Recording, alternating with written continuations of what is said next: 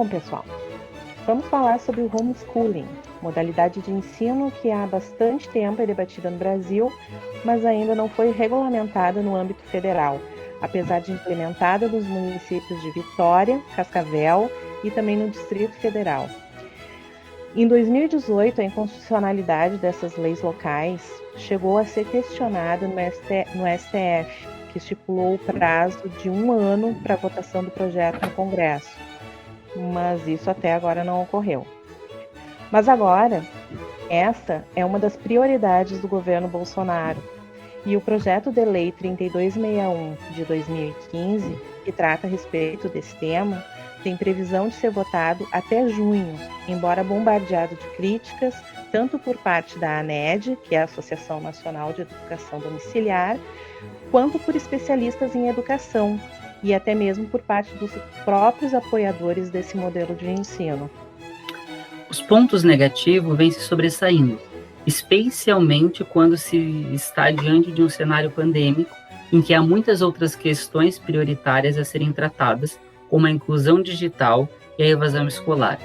A relatora do projeto, a deputada Luísa Canzini, do PTB, tem feito todo o lobby conversando com as demais bancadas partidárias e ouvindo propostas de alterações, mas ainda assim não conseguiu garantir a aprovação da PL.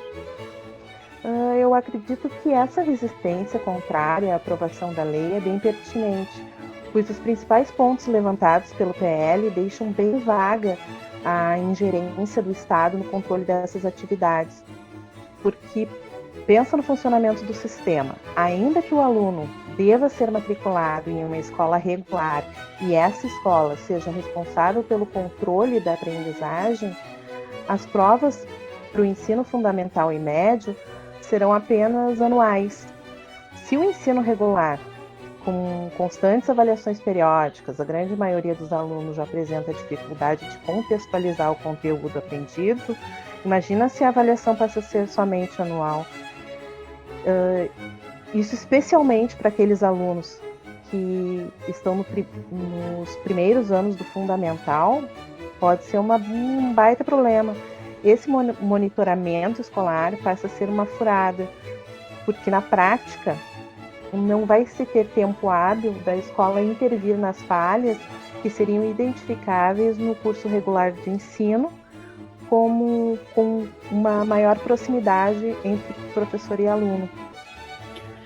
Até porque uma questão importante é que diz respeito à formação do responsável pelo educando, já que o projeto de lei exige que um dos responsáveis seja portador de diploma de ensino superior, mas não necessariamente essa graduação tenha relação com alguma licenciatura. O fato de o pai ou a mãe possuir um curso superior não significa que tenha as habilidades necessárias para instruir o filho. Por mais que eu entenda que a família tenha o direito de escolher a melhor forma de educação para os filhos, a gente precisa de requisitos mínimos para que essa se dê de uma maneira mais adequada. Já se tem grande parcela de crianças e adolescentes que estão em idade escolar, mas que estão fora da escola, mesmo sendo isso ilegal e podendo acarretar a responsabilização dos pais. Certo, mas nesse caso atuaria o Conselho Tutelar, que segundo o projeto segue podendo realizar inspeções na residência ou no local em que a criança esteja estudando. Mas vamos lá. Então vamos ver como funcionaria essa modalidade de ensino conforme o projeto de lei. Primeiro, como já dito, é mantida a obrigatoriedade de matrícula em uma escola regular, que avaliará o estudante anualmente e, no caso do ensino infantil, bimestralmente. As famílias ficariam encarregadas de entregar relatórios bimestrais e, teoricamente, a escola verifica se está tudo ok com a grade pedagógica que é formulada pela família ou por um pedagogo contratado ou pela própria orientação escolar. Os conteúdos previstos pela BNCC ainda têm que ser cumpridos, mas a família pode incluir ainda mais conteúdos.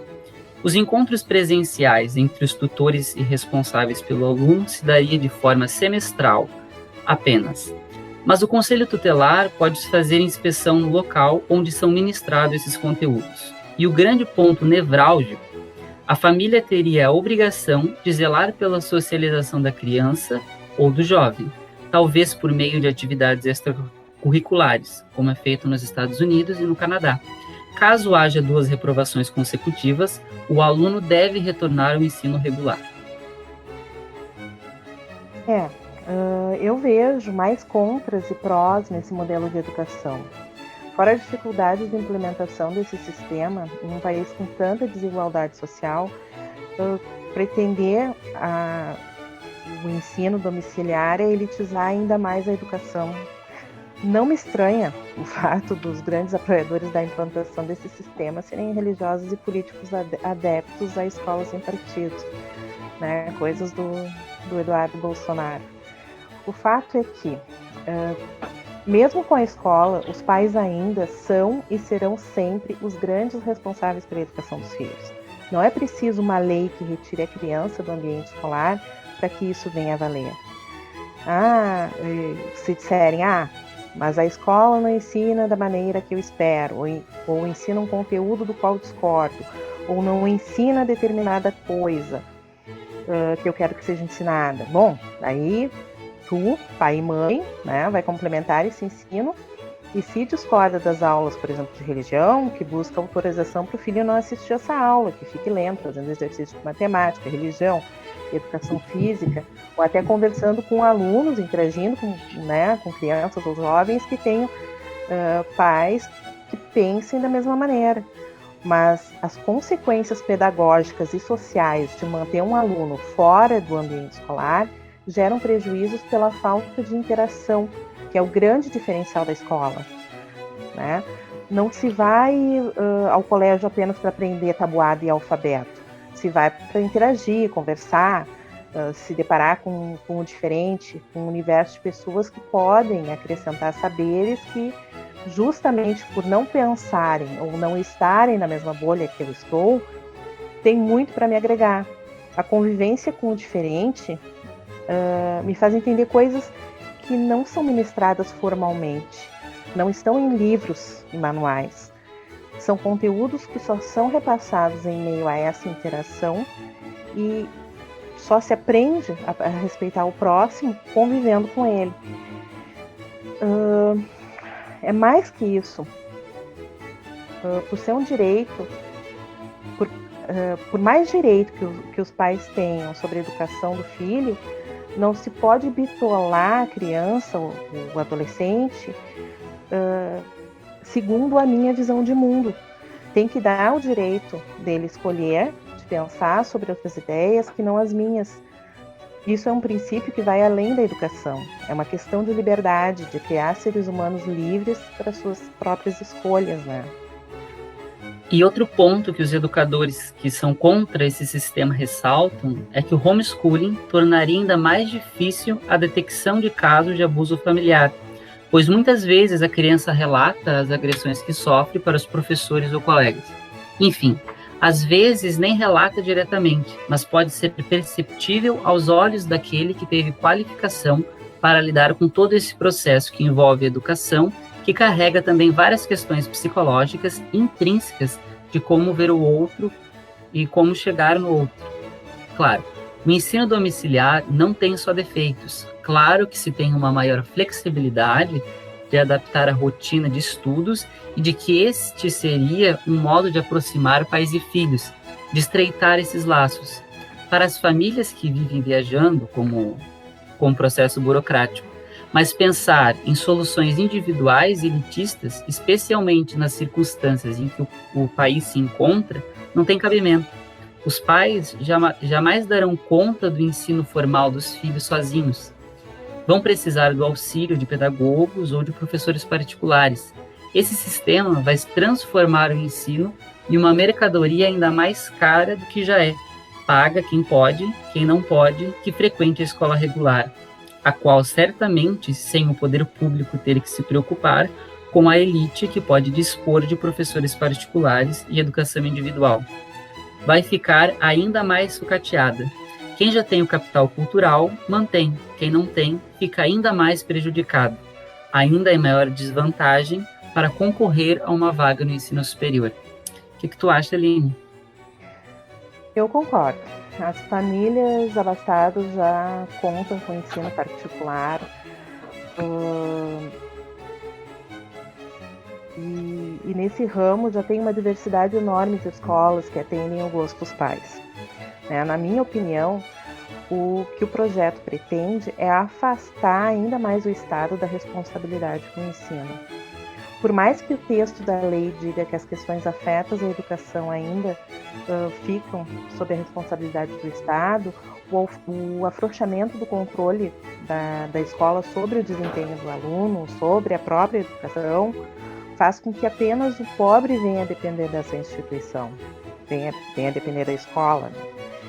E se na atual conjuntura o Estado já tem falhado no sentido de oferecer uma base curricular eficiente, que tenha conteúdos interessantes e que seja capaz de despertar a criticidade do aluno, se o Estado já não tem já não é capaz de manter uma estrutura, uma infraestrutura adequada e nem atenta para a evasão escolar, ofertando muito aquém do mínimo que deveria. Então, a aprovação desse projeto, os investimentos em escola, professores, enfim, toda a base da educação, vai ficar ainda pior. O ensino remoto, mesmo que não se confundindo com o homeschooling, já deu provas de que para as classes mais carentes, as aulas presenciais ainda são muito necessárias. O ensino, ele deve ser igualitário. Se para uns é inviável o ensino domiciliar, então é sinal de que esse mecanismo não é o mais adequado de difundir e de aprimorar a educação. E tu, qual é a tua opinião para encerrar a discussão, Henrique? É bom, então eu também não sou completamente a favor desse sistema, acho que ele não é a solução para o nosso sistema de educação. E um ponto assim, bem interessante, enquanto eu pesquisava algumas coisas para o trabalho, eu tinha uma palestra lá no YouTube de um senhor que é da extrema direita. Ele não tem muitas visualizações lá no canal, é o Carlos Noguet, encontrei ele por acaso. E, bom, quando eu fui ver lá esse vídeo do senhor dessa extrema direita, eu pensei que ele era a favor. E, só para, né, ele era contra, justamente porque ele dizia que no Brasil isso não se aplica. Né? Enfim, ele é tão de extrema direita que ele critica o Bolsonaro muito, porque ele não estaria dentro dos padrões da extrema direita. Só para ter um pouco a noção. Ele dizia que por mais ele dizia que com o filho dele ele não conseguiu praticar o homeschooling porque ele tinha o capital, ele dizia que ele tinha o capital cultural para ensinar o filho dele, mas ele, mesmo sabendo, não conseguia colocar isso em prática, ensinar o filho, porque senão ele não conseguiria trabalhar. Então, esse caso ilustra que, né, precisa ter capital financeiro e cultural para ensinar uma criança. Acho que é isso. Então, muito obrigado. Eu acho que é isso aí. Obrigada.